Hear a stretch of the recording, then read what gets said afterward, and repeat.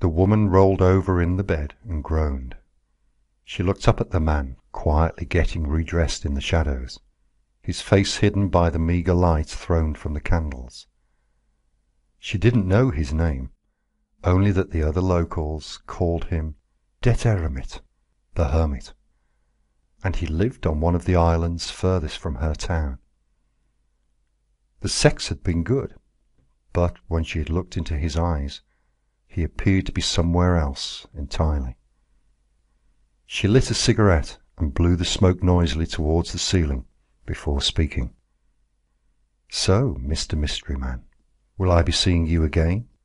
You haven't been in our part of the world for very long, and yet you have tongues wagging already." He paused in the process of fastening his pants, his shoulders lifting in a shrug. "I visit town once every 3 weeks, so if you are free, you know you'll find me in Harold's bar." The woman huffed at the non-committal tone of his response, and stubbed out her cigarette angrily. "I am not some cheap whore you can pick up and fuck whenever you are passing. Who the hell do you think you are?"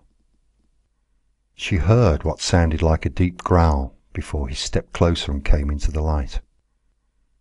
This time his eyes flashed, and she could see darkness boiling there as he stood over her. Her stomach gave a flip of fear, and she backed away across the bed to put distance between them. As she watched, the anger vanished from his face, and it composed itself into a mask of nothingness before he spoke again. "I have no need of anything else. If that doesn't suit you, then we will not meet again." He turned on his heel, collected his jacket, and left before she could give a reply. The cold northern air bit at his ears, so he quickly pulled the collar of his jacket up to protect the sensitive skin. After a glance around to get his bearings, he set off in the direction of the harbour to find his boat. He had known it was a mistake to come to the town in search of pleasure, but his needs had grown to the point they could not be ignored. The encounter had been unsatisfactory, yet at least he no longer ached.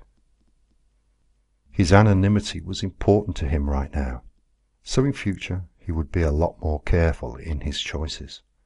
Inquiring minds could possibly reveal his location. After 15 minutes, he had boarded his small motorboat and pointed its nose across the lake.